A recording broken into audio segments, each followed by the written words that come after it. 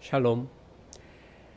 2020년은 코로나 바이러스 때문에 굉장히 빠르게 지나갔습니다. 그런데 이상하게 이번 12월은 또 굉장히 느리게 가는 것 같습니다. 아마 이번 12월에 이 비대면 예배는 더 많이 이렇게 좀 언제까지 이렇게 되어야 되나라고 하는 좀 안타까움이 있는 것 같습니다. 다시 유행을 하고 있고 코로나 바이러스가 곳곳에서 코로나 바이러스가 진동을 하고 있습니다. 하나님께서 우리를 안전하게 지켜주시도록 기도하는 가운데 예배하겠습니다. 무엇보다도 우리가 예배당 예배를 잃어버렸는데 우리가 정말 간절하게 여러분 있는 이 영상 예배로 드리지만 정말 간절하게 하나님을 바라보면서 여러분의 모든 마음과 모든 정성과 모든 것을 집중해서 하나님을 바라보며 하나님을 예배하는 귀한 시간 되기를 바랍니다. 시간이 되었습니다. 우리 다 함께 하나님 앞에 예배드립시다. 그러므로 주께서 친히 징조를 너희에게 주실 것이라. 보라, 처녀가 잉태하여 아들을 낳을 것이요 그의 이름을 임마누엘이라 하리라. 하나님은 영이시니 예배하는 자가 영과 진리로 예배할지니라. 아멘.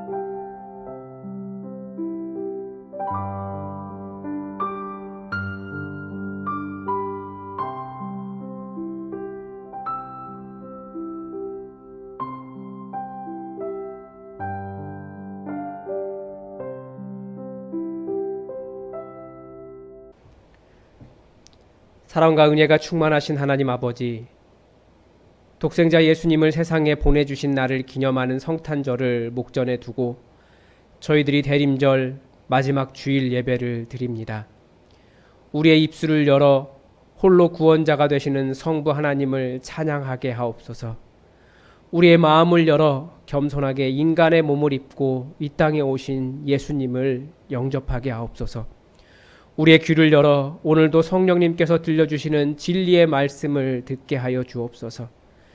언제 끝날지 모르는 코로나로 예배드리는 환경이 미천하오나 우리의 모든 마음을 다하여 예배하오니 성삼위 하나님께만 온전히 영광 받으시는 예배가 되기를 원하오며 예수님의 이름으로 기원하옵나이다. 아멘. 다 함께 자리에서 일어나셔서 찬송가 25장으로 하나님 앞에 경배드리겠습니다. 25장입니다.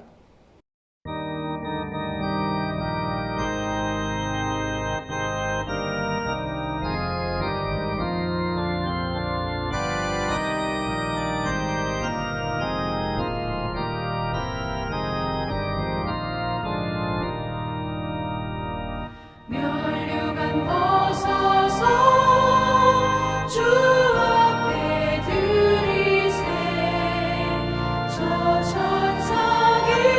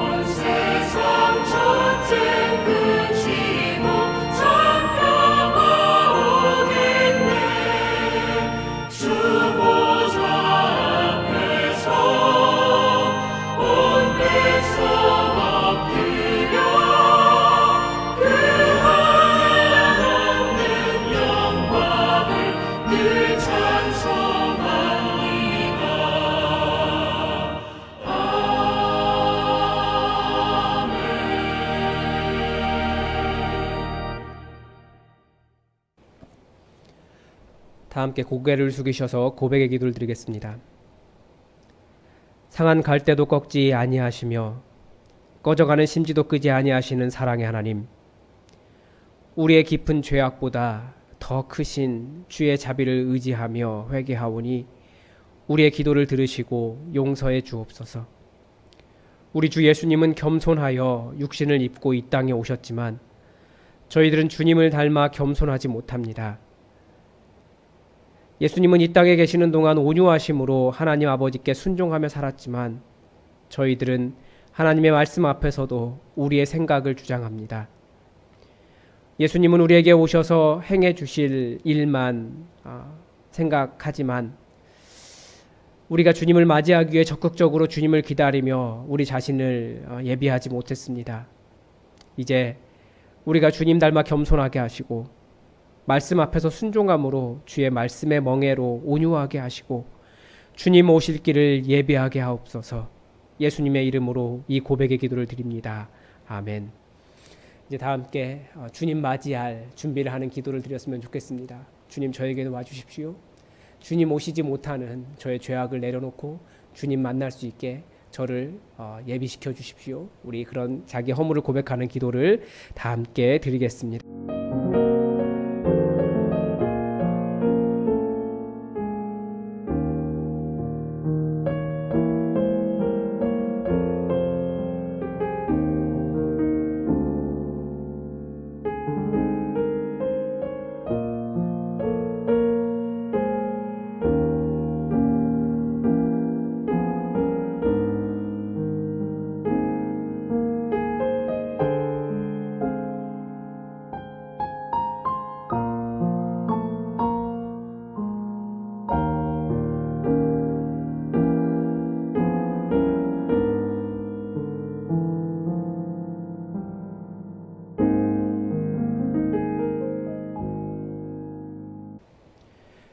여기에 우리를 용서하시는 하나님의 말씀이 있습니다.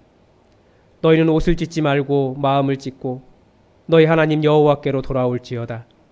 그는 은혜로우시며 자비로우시며 노하기를 더디하시며 인애가 크시사 뜻을 돌이켜 재앙을 내리지 아니하시나니. 아멘.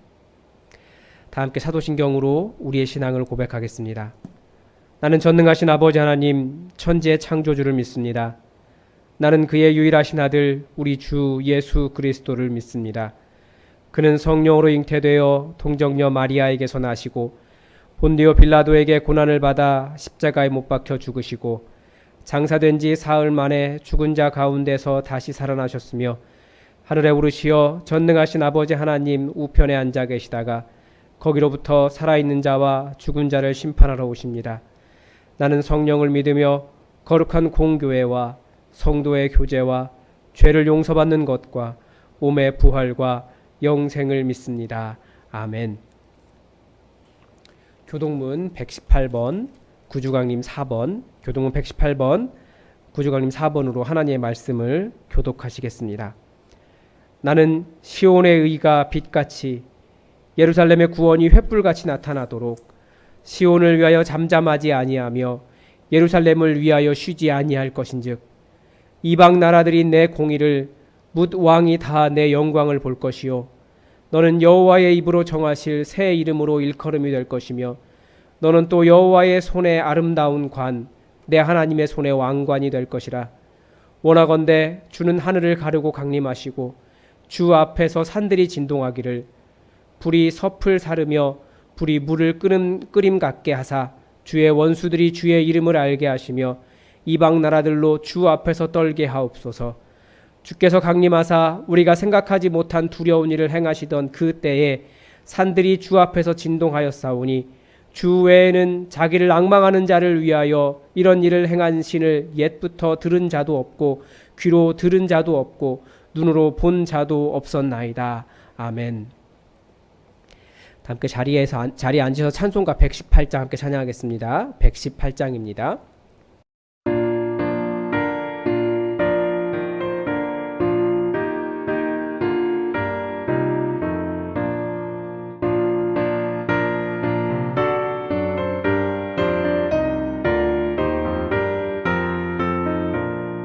영광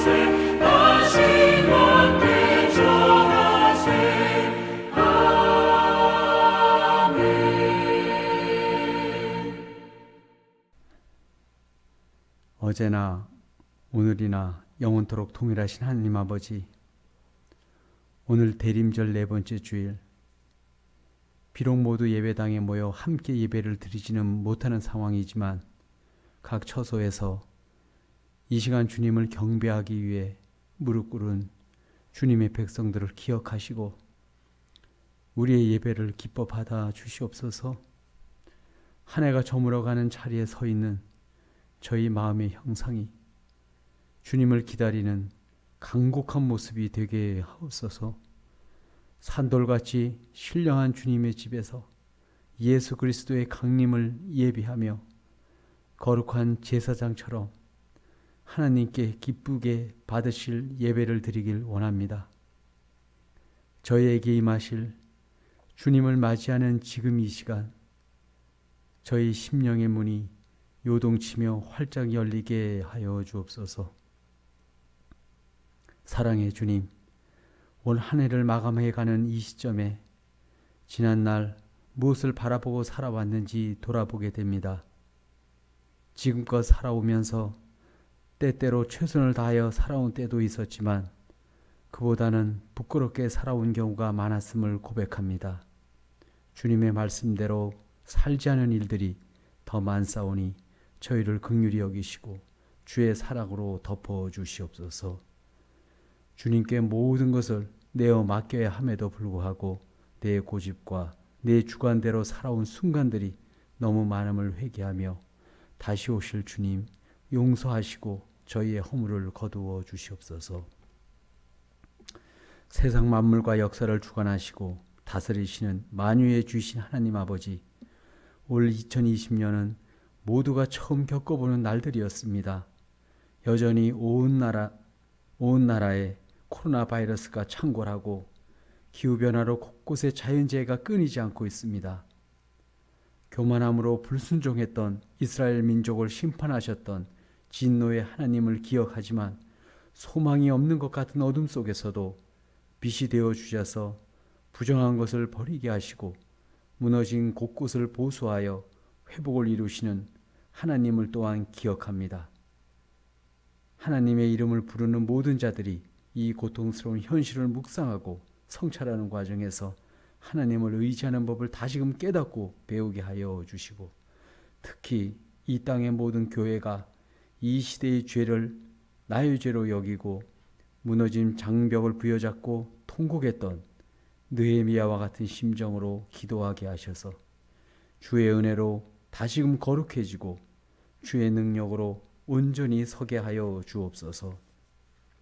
경배와 찬양을 받으시기 합당하신 주님, 그리스도의 피로 값주고 사신 이 예수품만 교회가 영적 어둠이 온 세상을 뒤덮은 이때 영혼을 구원하는 십자가의 능력을 세상에 제대로 나타내 보이는 구원의 방주가 되게 하여 주옵소서. 기업으로 주신 이 춘천의 메마른 땅을 주님의 생명수로 적셔 생명이 움트는 땅으로 기경하게 하시고 만민에게 넉넉한 영의 양식을 먹이는 주님의 큰 집이 되게 하여 주시옵소서. 이 땅에서 주님의 생수를 갈급함으로 찾는 유리 방황하는 인생들과 아직 주의 영이 깃들지 않아 여전히 어둠 속에서 헤매는 많은 인생들을 다 품어 주님의 생명수를 넉넉히 공급하는 원천이 되게 하시옵소서. 그 구원의 사역을 위하여 직분자들 뿐만 아니라 예수뿐만 모든 성도들이 주님의 비밀한 계획에 방설임 없이 기뻐 동참할 수 있도록 역사하여 주시옵소서. 주님의 몸된 교회를 위하여, 복음을 위하여 어떤 사역도 능히 감당해낼 수 있는 합당한 지혜와 능력을 부어주시고 주님의 손과 발이 되도록 새로운 열정과 의지도 더하여 주시옵소서. 그래서 주님의 소망이 예수뿐만 교회의 목표가 되게 하시고 주님의 삶이 이 교회의 실천이 되게 하여 주시옵소서. 소망의 주님, 공고하고 곤비한 상황에 처해 있는 예수품만 교회 주의 백성들을 기억하여 주시옵소서. 지금 대학 입시 중에 있거나 취업 중에 있는 자녀들이 있습니다. 저들의 미래의 문을 열어주시고 젊은 날 하느님을 경외하는 것이 지혜와 지식의 근본임을 체득케 하셔서 장차 하나님의 영광의 도구들이 되게 하여 주시옵소서. 또 몸이 아파 깊은 낭망 속에서 허우적대는 환우들과 경제적인 문제로 말 못할 고민을 안고 오늘도 고단한 삶을 살아내는 교우들이 있음을 기억하여 주시옵소서. 병을 떨쳐낼 수 있도록 몸의 건강을 회복시켜 주시고 삶의 무거운 짐도 벗겨 주시옵소서. 저희 속에 계신 하나님께서 세상의 어떤 질곡보다 크신 분이므로 저희가 능히 이 모든 삶의 무게를 이겨나갈 수 있음을 알게 하여 주시옵소서.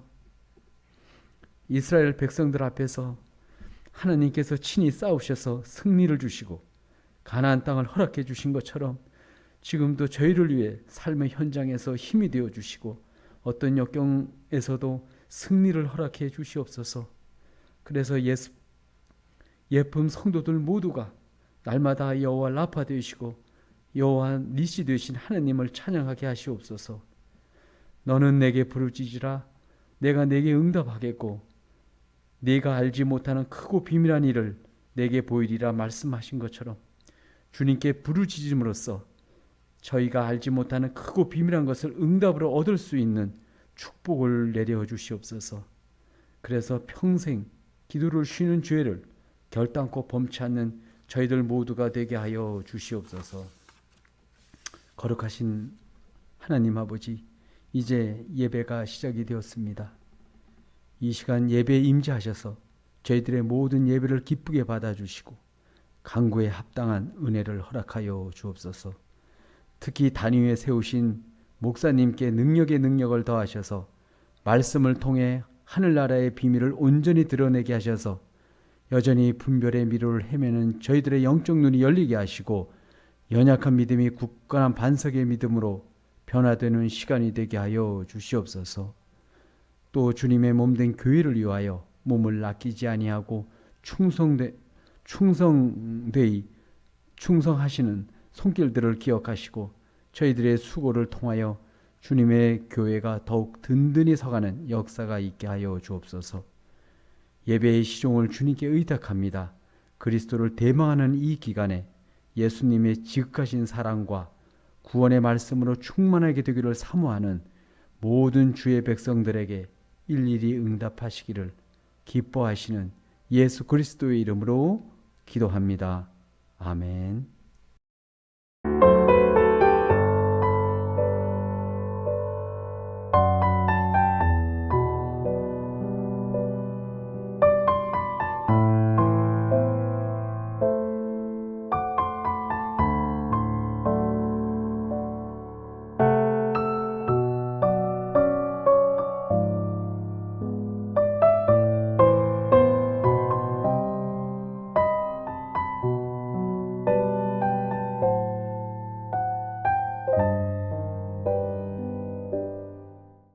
교회 소식 말씀드리겠습니다. 오늘은 대림절 네 번째 주일입니다.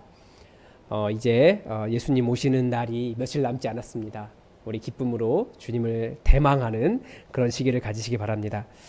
12월 25일 성탄 예배는 사회적 거리두기가 단계가 향상되지 않을 경우 방역 지침을 지키는 가운데 예배당에서 예배할 계획입니다. 자세한 사항은 목자들을 통해서 그리고 밴드를 통해서 안내해 드리겠습니다.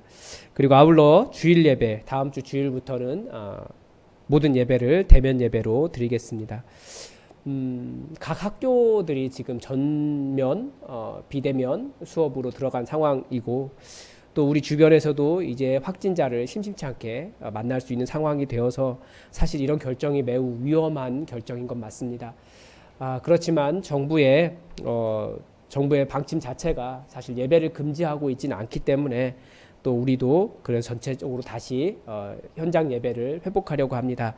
그래서 내일부터 12월 21일 월요일 내일부터 새벽 기도회, 수요 기도회, 금요 성경대학까지 모두 전면 정상적으로 본당 예배당에서 진행을 하겠습니다. 그러나 교회 학교는 여전히 저희가 그 아이들을 잘 보호해야 되기 때문에 당분간 비대면 예배로 진행을 하겠습니다. 그리고 우리가 잘 알다시피 공무원이 확진될 경우 확진되었다고 그래서 파면되는 그런 일도 있고 또 굉장히 위험합니다. 그래서 정부 지침에 따라서 그런 모임에 참석하면 안 되시는 분들은 교회에 오지 않고 영상으로 예배 드리실 수 있도록 실시간 예배를 계속 진행하도록 하겠습니다. 여러분 부담 갖지 마시고 안전수칙 잘 지키는 가운데 예배할 수 있도록 도와주시기 바랍니다. 그리고 몸에 질환이 있거나 혹은 위험하거나 조금이라도 걱정이 되시거나 불안하시면 들어오지 않으시는 게 예배당으로 오지 않으시는 게 안전수칙을 잘 지키는 겁니다. 그리고 또 하나 지금 현재 2단계에서는 전체 예배 공간의 20%만 예배를 드릴 수 있습니다. 그렇기 때문에 저희 성탄 예배라든지 다른 예배들도 그렇게 20%를 지킬 수 있도록 저희가 사전에 미리 신청을 받아서 그렇게 예배를 진행하도록 하겠습니다. 그리고 2021년도 사역 신청서를 또 교회 사무실이나 예배 안내위원들에게 혹은 각 부장님들이 아마 연락을 하실 겁니다. 그러면 흔쾌하게 네, 섬기겠습니다. 그렇게 순종하셔서 우리 교회가 여러분의 손으로 세워져 갈 수 있도록 함께 노력해 주시기 바랍니다. 그리고 부탁을 하나 드리면 예품 도서관이 자율 대출 제도로 운영이 되고 있는데 적지 않은 성도님들이 열심히 이용을 하고 계십니다. 그래서 대출 기간을 잘 지켜주시고 작은 도서관이 또 무인 도서관이 그 기능을 잘 감당할 수 있도록 함께 협조해 주시기 바랍니다. 그리고 매주 토요일 10시에 교회 청소를 하고 있습니다. 12월 26일 청소 담당자 잘 확인하셔서 함께 또 청소에 참여해 주시기 바랍니다. 우리 하나님의 말씀 함께 보겠습니다. 오늘 우리에게 주신 하나님 말씀은 이사야 40장 3절에서 11절까지의 말씀입니다.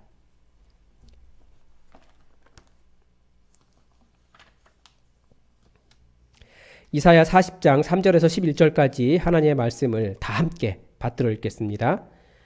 외치는 자의 소리여 이르되 너희는 광야에서 여호와의 길을 예비하라.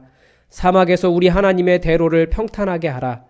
골짜기마다 도두어지며 산마다 언덕마다 낮아지며 고르지 아니한 곳이 평탄하게 되며 험한 곳이 평지가 될 것이요 여호와의 영광이 나타나고 모든 육체가 그것을 함께 보리라.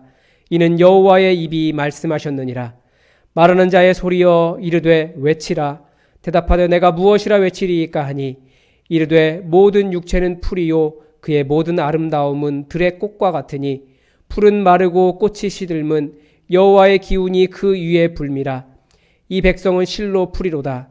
풀은 마르고 꽃은 시드나 우리 하나님의 말씀은 영원히 서리라 하라. 아름다운 소식을 시온에 전하는 자여 너는 높은 산에 오르라. 아름다운 소식을 예루살렘에 전하는 자여 너는 힘써 소리를 높이라.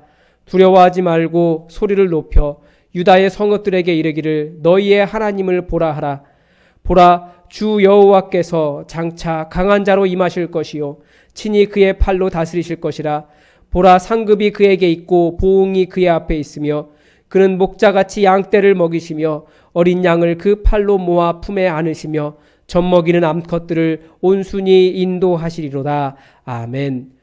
다 함께 자리에서 일어나셔서 찬송가 125장 찬양하겠습니다.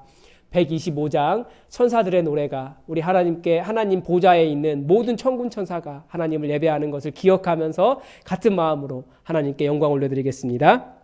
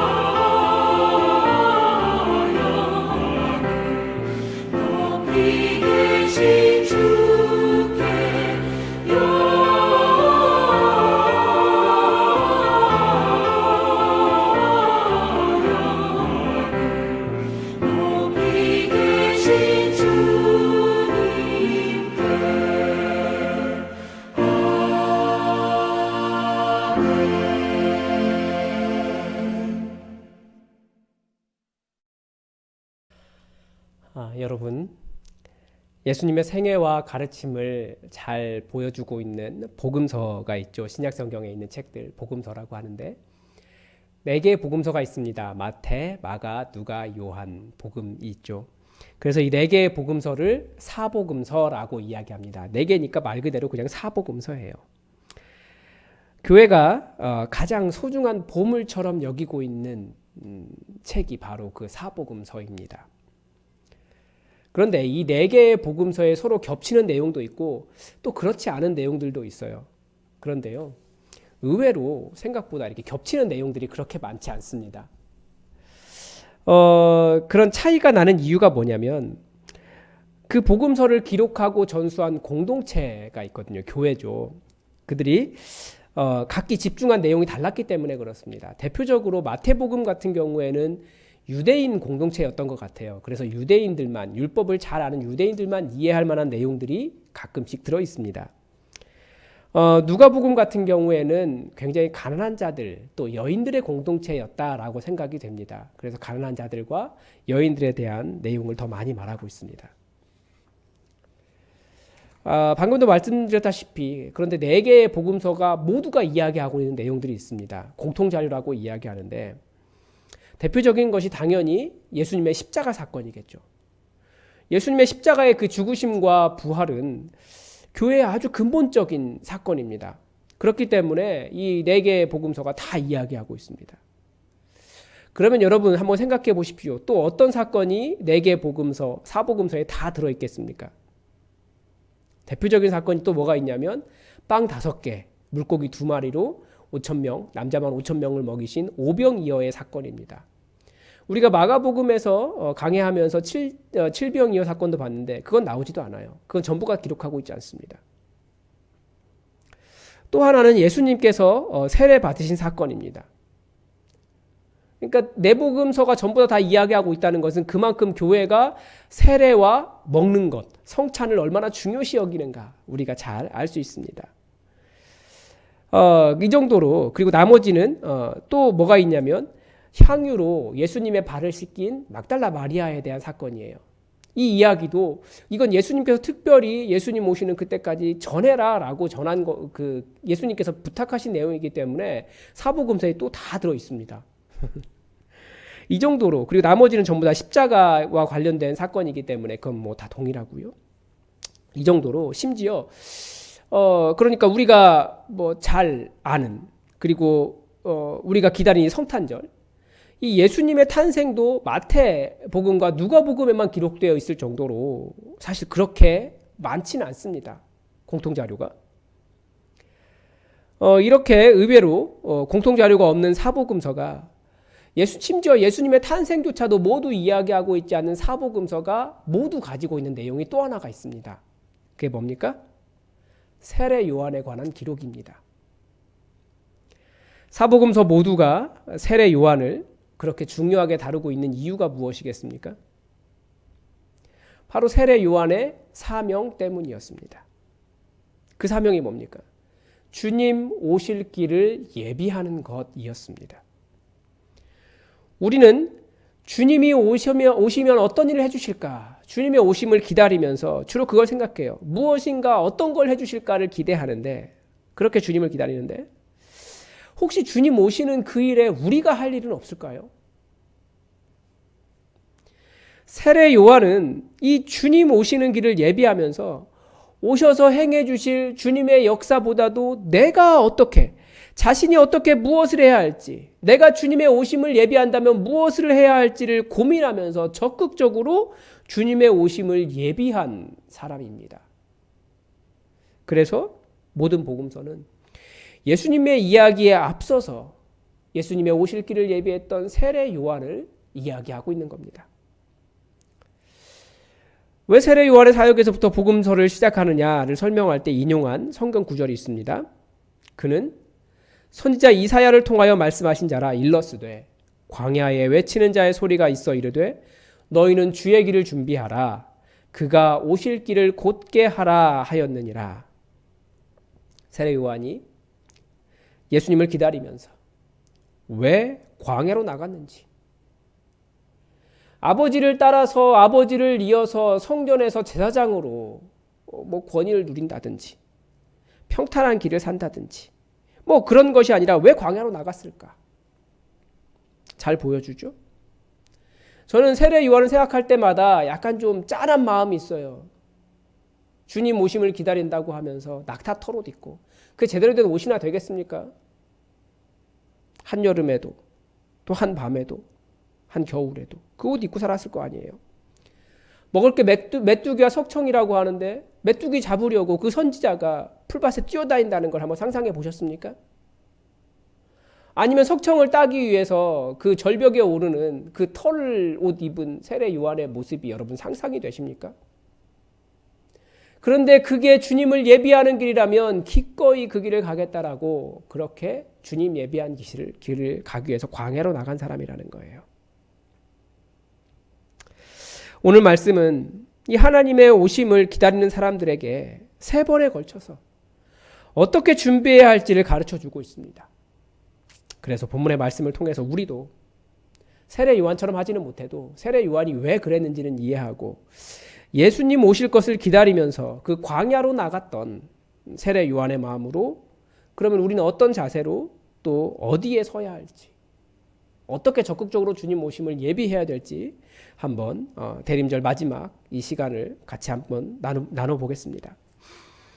먼저 3절에서 5절까지가 그 첫 번째 대상인 외치는 자의 소리가 나옵니다. 외치는 자의 소리여 이르되 너희는 광야에서 여호와의 길을 예비하라. 사막에서 우리 하나님의 대로를 평탄하게 하라. 이 구절 때문에 하나님이 오시기를 기대하는 사람들은 광야로 나갔습니다. 그러니까 하나님을 만나기 위해 하나님 오시는 길을 예비하기 위해 실제로 광야로 나간 거예요. 세례 요한도 그래서 광야로 나갔고 사회 사본을 남긴 공동체도 광야로 나가서 굴을 파고 공동체 생활을 했습니다. 광야는 참 이상한 곳입니다. 광야는 이 메마른 곳인데 사람들은 거기에 무엇인가가 있다고 생각해요. 우리나라 노래에서도 김광석 씨가 부른 광야에서라고 하는 노래가 있죠. 잘 모르시는 분들도 계시겠지만 우리는 아무도 광야에 가보지 않았는데 괜히 무엇인가 새로운 마음이 솟는 것처럼 가슴이 뜨거워지는 것을 느끼는 그런 곳이 광야입니다. 이스라엘도 계속해서 사실은 광야를 그리워했습니다. 그 광야에, 그 메마름에, 그 가난함에, 그 배고픔에 무엇이 있습니까? 이스라엘에게 광야는 그 민족이 탄생한 근원적인 사건이 있었던 곳이었습니다. 거기에서 하나님을 만났고 하나님께서 그들을 만나주셨고 그들의 먹을거리를 만나와 매출하기로 해결해 주셨고 목이 마르면 광야 바위를 터뜨려서 물을 흐르게 하셨고 그러니까 하나님께서 역사해 주셨고 그들을 먹여주셨고 또 말씀을 주셨고 그들 한가운데 성막으로 임재하셨기 때문입니다. 그래서 이스라엘은 다시 광야로 나가면 다시 하나님의 말씀이 들리고 하나님의 임재를 경험할 것이라고 생각했습니다. 그러니까 광야는 어떤 곳입니까? 가장 가난한 곳이고 가장 메마른 곳인데 하나님께 가장 잘 집중할 수 있고 하나님의 음성을 들을 수 있는 장소가 광야입니다. 무엇보다도 하나님 이외에 다른 도움이 없는 하나님만 의지해야 하는 장소가 바로 광야입니다. 세례 요한처럼 자발적으로 광야로 나가든지 아니면 현재 우리의 상황처럼 광야로 내몰렸든지 우리가 주님 오심을 기다리며 할 일이 있다면 우리도 그 광야에 서는 거예요. 그 광야에 서서 오직 여호와 하나님만을 의지하는 삶으로 변화시켜야 된다라는 겁니다. 그래서 전통적으로 교회는 어떻게 합니까? 금식하고 자발적인 가난에 들어가고 내 것을 포기하고 내가 누릴 수 있는 것을 남에게 나눕니다.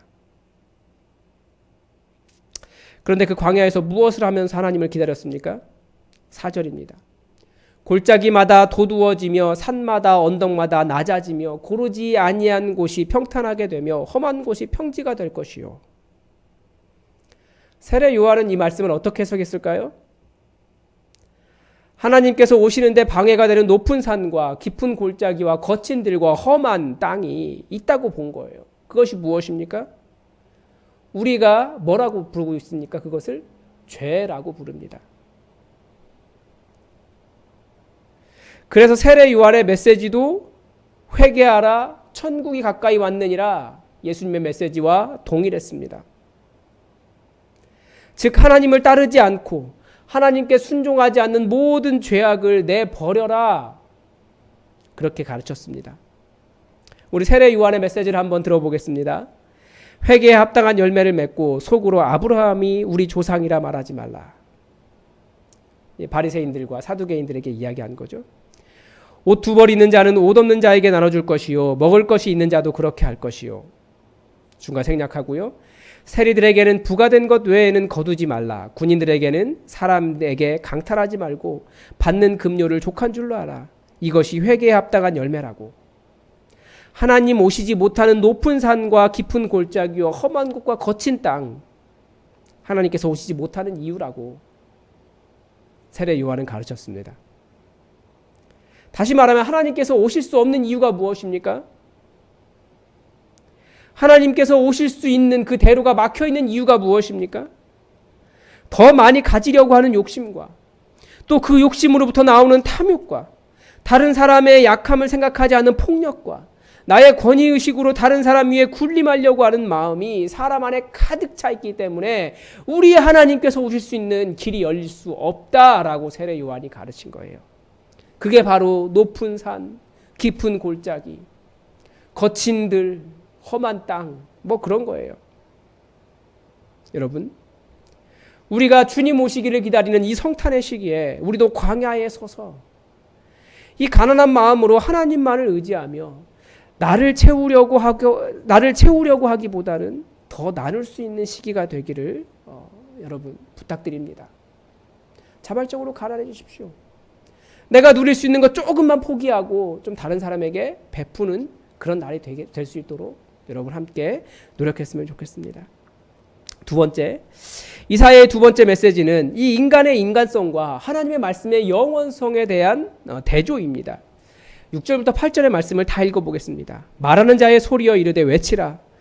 대답하되 내가 무엇이라 외치리이까 하니 이르되 모든 육체는 풀이요 그의 모든 아름다움은 들의 꽃과 같으니 풀은 마르고 꽃이 시들면 여호와의 기운이 그 위에 불미라. 이 백성은 실로 풀이로다.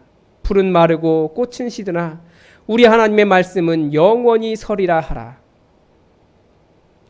이 주의 길을 예비하러 광야로 나갔던 사람들이 주로 한 일이 무엇이냐면 하나님의 말씀을 필사하며 기도하는 일이었습니다. 그들이 그렇게 필사한 성경이 2000년도 지나서 한참 뒤에 발견되었습니다. 그것이 사해 주변에 있는 동굴에서 발견되었다고 해서 사해 사본입니다. 그래서 우리가 이렇게 좋은 성경을 갖게 된 거예요. 우리가 지난 4주 동안 이사야서의 말씀을 보면서 우리 대림절을 지킨 것처럼 그들도 주님이 오실 것을 기다렸습니다. 주님이 오실 것이다. 주님이 오시면 어떤 일이 일어날 것이다 라고 말하는 이 이사야서를 가장 많이 필사했습니다. 그리고 시편을 많이 필사했습니다. 하나님의 말씀이 영원하다고 했기 때문에 이들이 아마 이 영원하신 하나님의 말씀을 영원토록 남기기 위해 그렇게 했는지도 모르겠습니다. 그러나 본문이 가리키는 의미는 성경 말씀을 영원토록 보존해라 라고 하는 말과는 조금 차이가 있다는 것을 알고 계실 겁니다. 본문이 전하는 하나님의 뜻은 무엇입니까? 하나님을 모르는 사람들이 마치 자신의 삶이 영원할 것처럼 생각하면서 하나님을 무시하고 있는데 하나님을 경외하며 하나님의 말씀에 순종하라. 하나님의 말씀을 따라 살아라. 정말 영원한 것은 너희 자신이 아니라 너희 인생이 아니라 여호와 하나님이시다. 그분께 순종해라 라고 외치는 겁니다.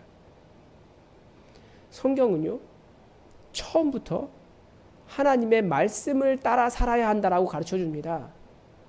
인간이 이 온 땅이 만들어진 이유도 하나님의 말씀을 따랐기 때문에 가능한 일이고요.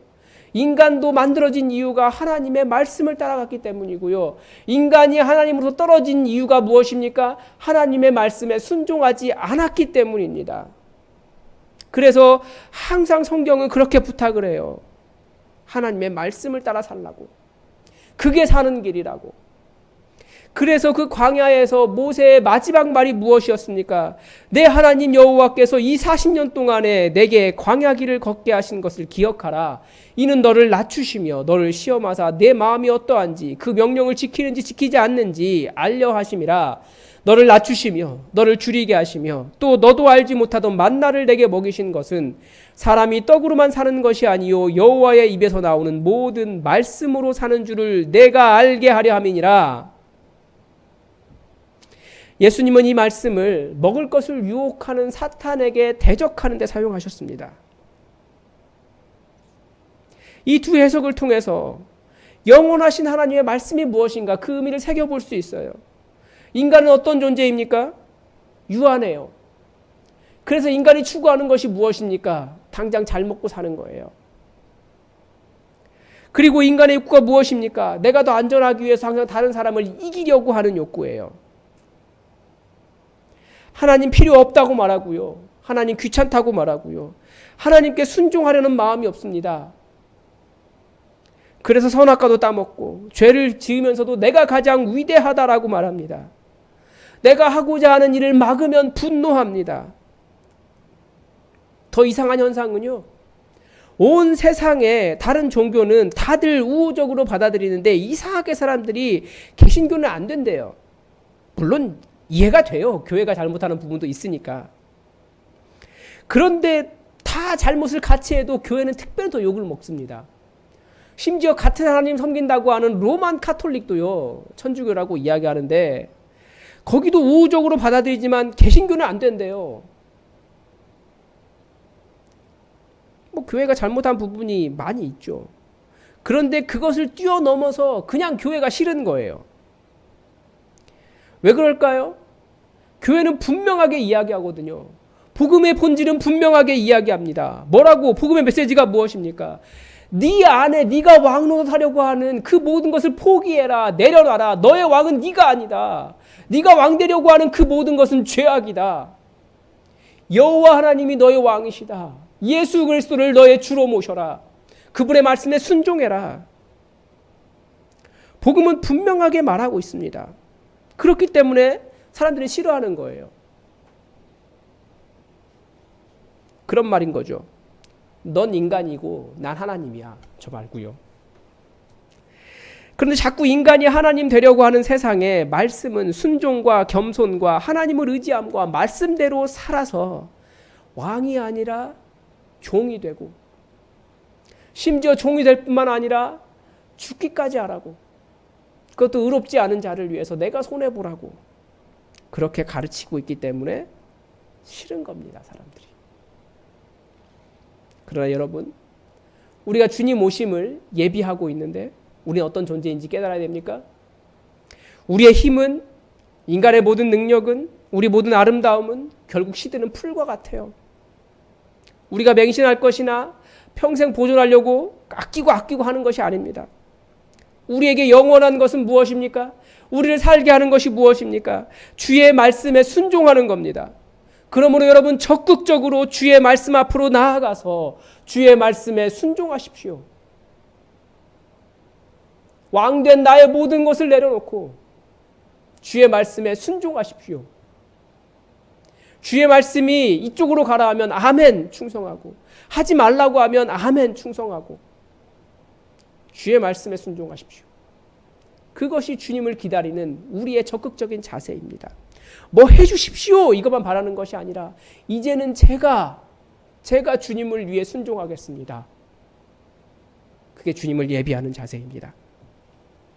마지막으로 세 번째, 우리의 몸은 광야에, 우리의 마음은 말씀에 두도록 권면하면서 마지막으로 말씀은 우리의 눈이 어디 있어야 되는가, 우리가 무엇을 바라보아야 하는가, 어느 한 곳에 두기를 요구하고 있습니다. 9절입니다. 아름다운 소식을 시온에 전하는 자여 너는 높은 산에 오르라. 아름다운 소식을 예루살렘에 전하는 자여 너는 힘써 소리를 높이라. 두려워하지 말고 소리를 높여 유다의 성읍들에게 이르기를 너희의 하나님을 보라. 주님 오시기를 기다리는 자들의 눈은 무엇을 바라봅니까? 우리 하나님을 바라봅니다. 자신의 눈을 여호와 하나님께로 향하고 높은 산 위에 올라 하나님을 보지 못하는 자들의 눈도 여호와 하나님을 향하도록 선포하고 인도하는 것이 주님을 기다리는 자의 자세입니다. 무엇 때문입니까? 말 그대로 진짜 하나님께서 오셨기 때문입니다. 너희의 하나님을 보라 라고 되어 있는데요. 이게 원문에는 약간 차이가 있습니다. 원문은 이것은 조금 어감 차이가 있는데 이게 약간 연극 같은 거예요. 우리말에는 그런 게 없어요. 우리는 아리스토텔레스부터 시작되는 연극, 희극 그런 요소들이 별로 없어서 그런 것 같은데 이게 뭐냐면 오 보라 여호와 하나님이시라 이런 거예요. 그러니까 문장도 아니에요. 보라 너희의 하나님 이거예요. 그래서 이 우리말에 이 보라라고 하면서 사람들의 시선을 모으고 딴 거 하는 사람들 하고 쳐다보게 하는 그 극적인 요소를 이렇게 아무리 찾아봐도 제 머릿속에 딱 떠오르는 것은 그거밖에 없었어요. 춘향전에서 변사또가 춘향이 목을 쳐라 라고 할 때 어떻게 됩니까? 암행어사 출두요 라고 하는 것처럼 아주 깜짝스럽게 모든 사람을 놀래며 보라 너희의 하나님이시라 라고 말하는 완전 분위기를 반전시키는 극단적으로 분위기를 반전시키는 역전시키는 극단적인 단어가 이 보라라고 하는 단어입니다. 와 너희의 하나님이시라 그 기쁨의 소리를 외친다는 겁니다. 우리는요 하나님을 바라보기보다 자기의 문제에 매몰되어서 아무런 희망이 없다고 말하는 사람이 더 많습니다. 하나님의 도움을 구하지만 또 하나님이 너무 멀어 보이는 사람들에게 또 악한 영에 사로잡혀서 인간으로서의 삶에 의미가 없었던 인생에게 또 오랜 질병으로 한 발 앞에 생보다는 죽음이 놓여있는 사람들에게 무지하여 향방 없이 인생을 사는 사람들에게 정말 고상한 목표를 추구하며 살고 싶은데 그것이 무엇인지 모르고 살고 있는 사람들에게 우상에게 절하면서도 나의 모든 시간과 재물을 허비하면서도 두려움에서 벗어나지 못하는 사람들에게 하나님이시라 예수님 오셔서 보여주셨습니다. 이 모든 일이 예수님이 이 땅에 오셔서 우리 삶에 행해 주신 놀라운 역사입니다. 나아가 죄악으로 죽어서도 희망이 없던 영혼들에게 죽음이 오히려 부활의 희망이 되는 놀라운 소망을 우리 주님이 주셨습니다. 죽어도 삽니다. 여러분 이런 반전의 진리가 어디 있습니까? 죽어도 삽니다. 그게 무슨 말입니까? 보라 너희의 하나님이시라. 이 한마디가 더 위대한 이유가 무엇입니까? 이 하나님이 어떤 하나님이십니까? 너희의 하나님이에요. 너희의 하나님, 여러분의 하나님이에요. 세상은 하나님을 어떻게 설명합니까? 존재하지 않거나 있어도 우리의 문제에 관심이 없는 하나님이라고 가르칩니다. 그러나 성경은 우리 하나님을 한 번도 그렇게 설명한 적이 없습니다. 하나님은 우리의 기도에 응답하시며 하나님을 찾는 사람을 만나주시는 분이십니다. 그래서 우리가 하나님을 기도함으로 열심히 찾으면 하나님은 응답하셔서 하나님의 살아계심을 우리가 경험할 수 있습니다. 결국 제대로 기도하지 않았거나 아니면 전심으로 즉 온 마음을 다하여 광야에 선 사람처럼 나의 도움이 오로지 하나님밖에 없습니다. 하나님 이외에 다른 도움이 없습니다. 하나님을 찾지 않았기 때문입니다. 하나님은 너희 하나님, 우리의 문제에 관심 있으시고 우리의 작은 신음에도 응답하시며 우리에게 가까이 계신 하나님이십니다. 우리가 하나님께 나아가는 만큼 하나님은 더 가까이 성큼성큼 다가오시는 우리의 하나님이십니다. 그래서 로마서는 우리에게 예수님의 의미를 이렇게 설명을 해요. 만일 하나님이 우리를 위하시면 누가 우리를 대적하리요? 자기 아들을 아끼지 아니하시고 우리 모든 사람을 위하여 내주신 이가 어찌 그 아들과 함께 모든 것을 우리에게 주시지 아니하겠느냐? 우리 하나님이기 때문에 그래요. 이 구절의 결론이 무엇입니까? 누가 우리를 그리스도의 사랑에서 끊으리요입니다. 우리를 사랑하시는 이로 말미암아 우리가 넉넉히 이기느니라 내가 확신하노니 사망이나 생명이나 천사들이나 권세자들이나 현재일이나 장래일이나 능력이나 높음이나 깊음이나 다른 어떤 피조물이라도 우리를 우리 주 그리스도 예수 안에 있는 하나님의 사랑에서 끊을 수 없느니라. 아멘. 할렐루야.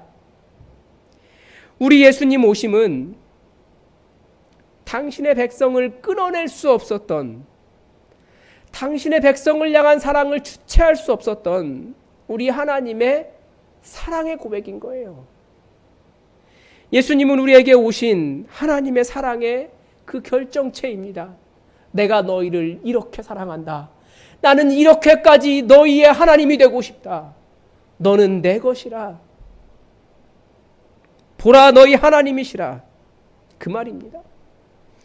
예수님은 하나님께서 여기에 우리와 함께 가까이 사랑으로 동행하시는 분이심을 보이시기 위해 우리 눈 앞에 오신 분이십니다.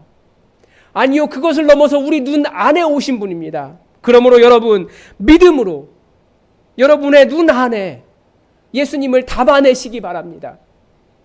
그 하나님의 사랑이, 그 하나님의 능력이, 그 하나님의 권능이 여러분의 것이 되도록 여러분 품어내시기 바랍니다. 예수 그리스도의 이름으로 기도하시고, 예수 그리스도의 이름으로 명령하시고, 예수 그리스도의 이름으로 치유하시고, 성령에 충만하여 하나님 나라를 누리시기 바랍니다. 이것이 적극적으로 우리 주님께서 부탁하신 말씀이에요. 광야에서 예수님 오시기를 기다리는 자들은 우리의 하나님이시라, 그 하나님이 나의 하나님이시다, 그 권능이, 그 전능하심이, 그 하나님의 사랑이 나의 것이다, 그렇게 붙잡으라고, 흔들리지 말고 믿음으로 바라보라고.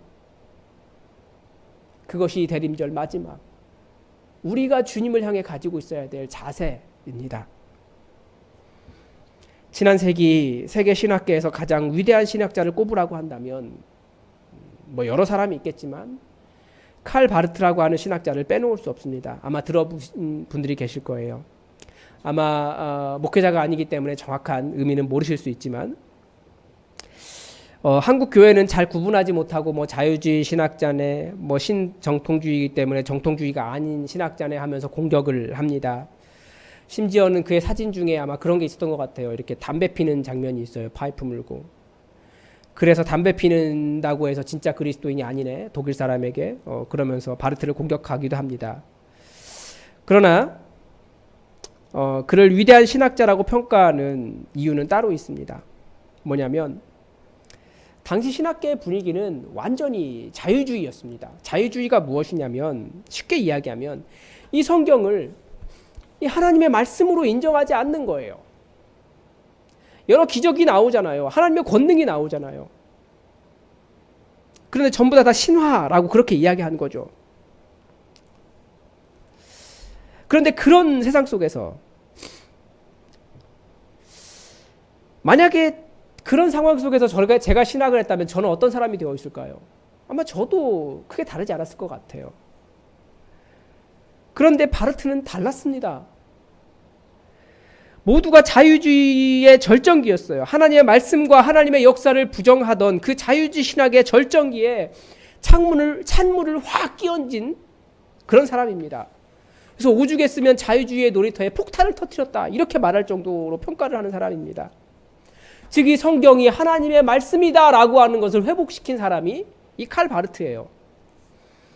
제가 칼 바르트에 대해서 갑자기 이야기하는 이유가 뭐냐면 이 한국교회의 평가를 보면서 느끼는 묘한 감정이 있기 때문입니다.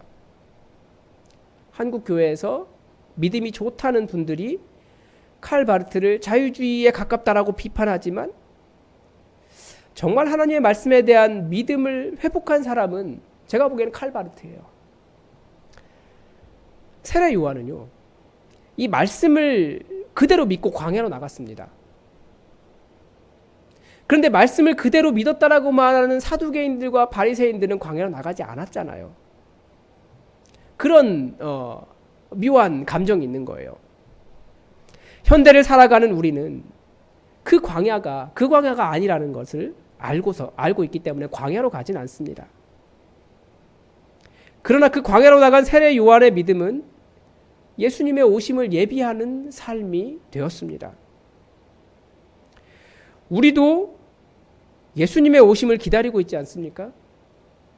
지난 3주 동안 계속 말씀드린 것이 있다면 아직도 우리의 삶은 곤고해요. 병들었고 악한 영의 영향으로 신음하고 삶은 가난하고 하나님의 도우심이 너무나 필요한 인생들입니다. 즉 여전히 우리는 예수님이 오셔야 할 바로 그 이유가 바로 우리들의 삶이에요. 그런데 한국교회가 그렇게 이 성경을 하나님의 말씀이라고 믿는다라고 고백하면서 정말 믿고 있는지 의심이 되는 거죠. 정말 믿는다면 예수님의 오심을 기대하는 마음은 다를 겁니다. 바로 그 기대하는 기다림과 그 기도 속에서 우리는 우리의 믿음을 점검해 볼 수 있습니다. 우리가 정말 말씀대로 믿는 사람인지, 말로는 자유주의를 공격하면서 믿음은 자유주의와 같이 하나님의 말씀을 믿지 않는 사람이 아닌가, 우리를 점검해 볼 수 있다는 거예요. 여러분, 주님 오심을 기다리십시오. 주님 오심을 기대하십시오. 그리고 주님께서 어떻게 역사하실지 그 권능의 하나님의 손길을 여러분 기다리면서 기도하시라는 말입니다. 그래서 우리도 주님 오셔서 우리의 삶에서 행해 주실 우리 하나님이시다라고 하는 극적인 반전의 역사를 우리 기대하면서 한번 기도해 봅시다. 말씀에 분명히 주님 오시면 일어날 역사를 기록하고 있지 않습니까? 우리의 질병이 치유되고 성령님께서 임하시며 찬양하지 않고는 견딜 수 없는 하나님의 영광의 임재가 있기를 기대하시기 바랍니다. 그래서 그 성탄의 아침에 내게도 주님 오셨다고, 주님의 사랑을 노래하는 아침이 되기를 주님의 이름으로 축원드립니다.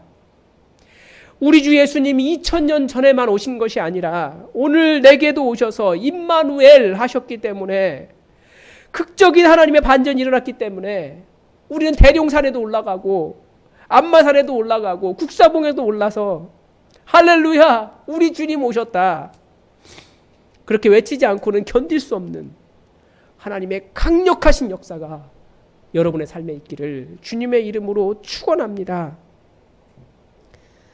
주님 오시는 그날 아침에 이 성경의 모든 말씀이 진실이었음이 온 세상에 증명되는 그 증거가 여러분이 되시기를 주님의 이름으로 축원합니다. 오직 여호와를 앙망하는 자는 새 힘을 얻으리니 독수리가 날개치며 올라감 같을 것이요 다른 박질하여도 곤비하지 아니하겠고 걸어가도 피곤하지 아니하리로다. 오직 여호와를 앙망하는 자, 오직 여호와를 기다리는 자입니다. 이 대림절 그렇게 주님을 기다리시기 바랍니다. 할렐루야. 기도하겠습니다. 하나님, 우리가 대림절 4번째 주일을 지나갑니다. 우리도 주님 오신 2000년 전에 오셨던 그 주님의 역사가 우리 삶에 있어서 내게도 주님 오셨다고, 주님 만난 그 사람들처럼, 주님께 치유하셨던 그 사람처럼 보라 너희의 하나님이시라 고백할 수 있는 인생 되도록 우리에게 그 성탄의 아침에 놀라운 하나님의 역사를 보여주옵소서. 적극적으로 우리가 주님의 오심을 기다리며 주님을 앙망하오니 주님을 앙망하는 자에게 있는 모든 역사가 우리에게 이루어지게 하여 주옵소서. 예수 그리스도의 이름으로 명령할 때에 병마가 떠나가게 하시고, 예수 그리스도의 이름으로 명령할 때에 모든 악한 사슬이 벗겨지게 하시며, 예수 그리스도의 이름으로 명령할 때에 자유가 임하게 하시고, 예수 그리스도의 이름으로 명령할 때에 주의 성령이 우리에게 놀랍게 역사하시는 권능을 경험케 하옵소서. 주님의 역사가 우리 가운데 함께 있음을 인하여 감사드리며 예수 그리스도의 이름으로 기도드립니다. 아멘. 우리 다 함께 찬송가 176장 함께 찬양하겠습니다. 176장입니다.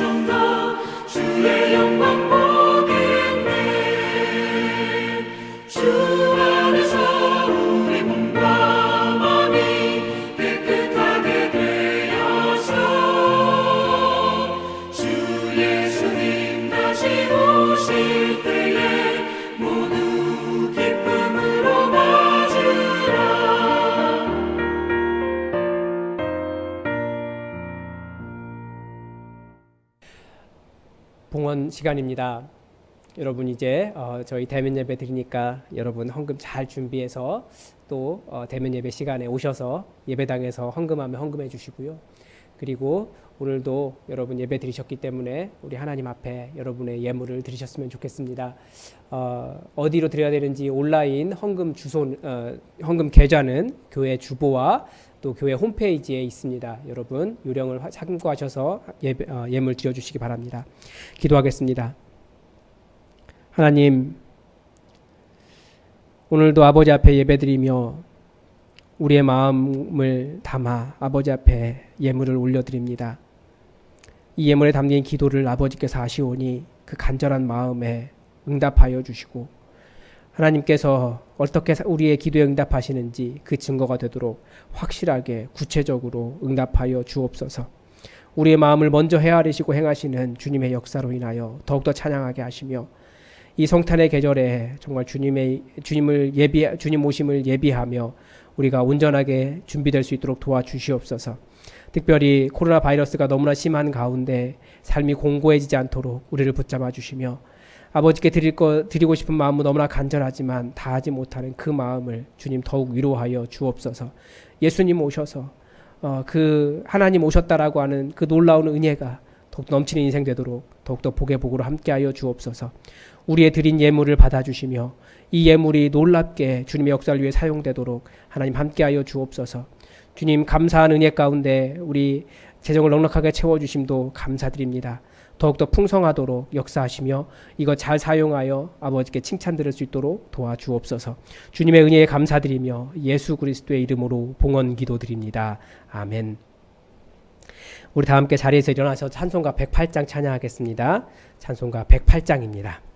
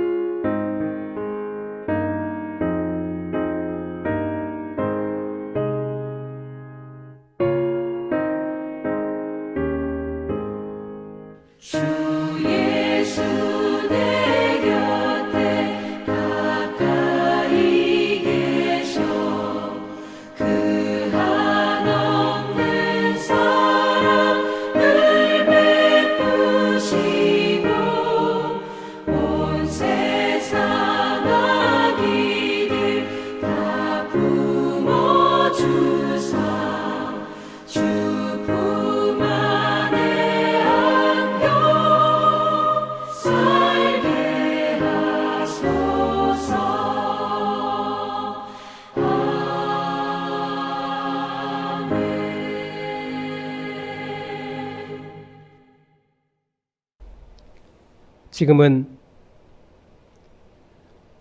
우리에게 살아계신 말씀으로 이 땅에 오신 우리 주 예수 그리스도의 은혜와 험한 산을 넘고 깊은 골짜기를 지나 험한 땅 위로 대로를 놓아 우리에게 오시는 성부 하나님의 사랑하심과 지금도 예수님이 너무나 필요한 인생들에게 찾아가셔서 이 모든 성경의 말씀과 약속이 실제가 되게 하시는 성령 하나님의 교통하심이 광야에서 주의 말씀으로 나를 기경하며 오직 예수님만을 앙망하는 모든 주님의 백성들 머리 위에 영원히 함께 하시기를 간절히 축원하옵나이다.